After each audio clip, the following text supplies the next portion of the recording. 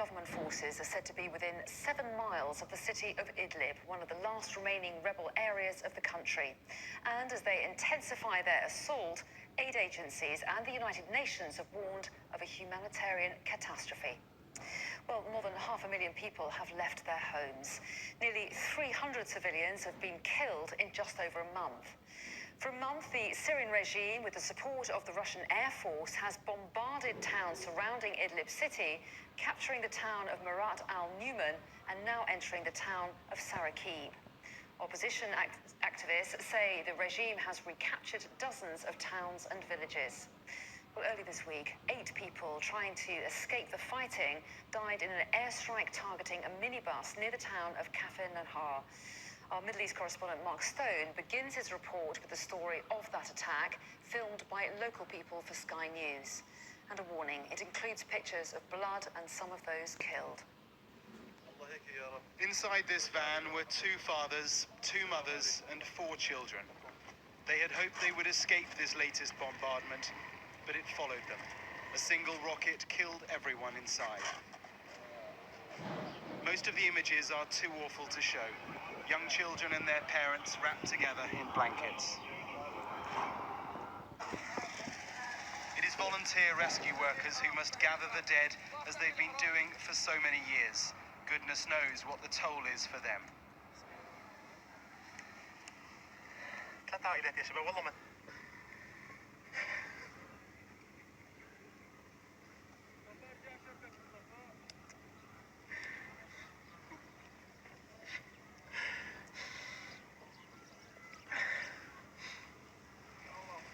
Like over 500,000 others, the families in the red van had been fleeing. But in this final onslaught of the decade-long war, there is literally nowhere to go.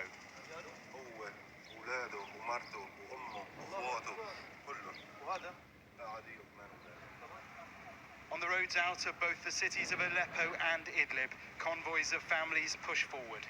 But the border with Turkey ahead is closed. The Syrian government army is closing in from behind, and their Russian allies are in the sky. This is the town of Kafir Uma, just outside Idlib city. These are the last pockets of land that President Assad's army has not yet retaken. And as they push forward at any cost, it seems, the UN is warning of death and displacement at a level not yet seen in this horrific war. Just at the time when we thought, this war might be coming to an end, we're seeing one of the largest cases of displacement that we've seen in the entire war. And yet the international community seems to be just looking on. Well, this is what is so shocking about this crisis. Who is going to protect these people? They're looking to the world for support. They're looking to the Security Council. They're dumbfounded that the world is not doing more. To the south of Idlib in Sarakib, Abu Ahmed, his wife and 3 sons and 2 daughters are preparing to leave.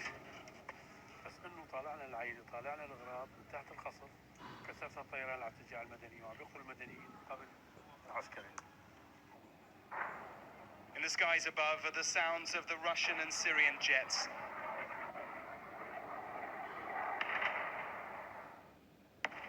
And Syrian helicopters with their barrel bombs.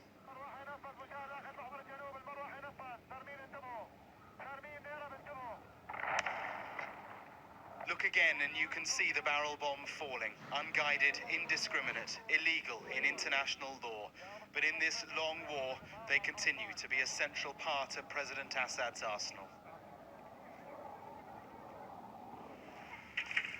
This is the hospital in the town of Ariha, south of Idlib. It is a place where so many already injured should be receiving treatment, and it's destroyed. In the countryside between Aleppo and Idlib, our cameraman found 12-year-old Mohammed al-Halabi. He was digging for anything left in the rubble of his home where his 3 siblings died. It's hard to believe this war could get worse, but in these final days it is. Mark Stone, Sky News. The repercussions of the Syrian conflict reached a London court today when the so-called IS bride Shamima Begum lost the first stage of her appeal against the government's decision to remove her citizenship. She, of course, was not in the UK to hear the judgment, as she's still in a prison camp in northern Syria. Our defence and security correspondent Alistair Bunkle reports. Shamima Begum travelled to Syria in 2015 with two school friends from East London. They joined Islamic State in Raqqa and married IS fighters.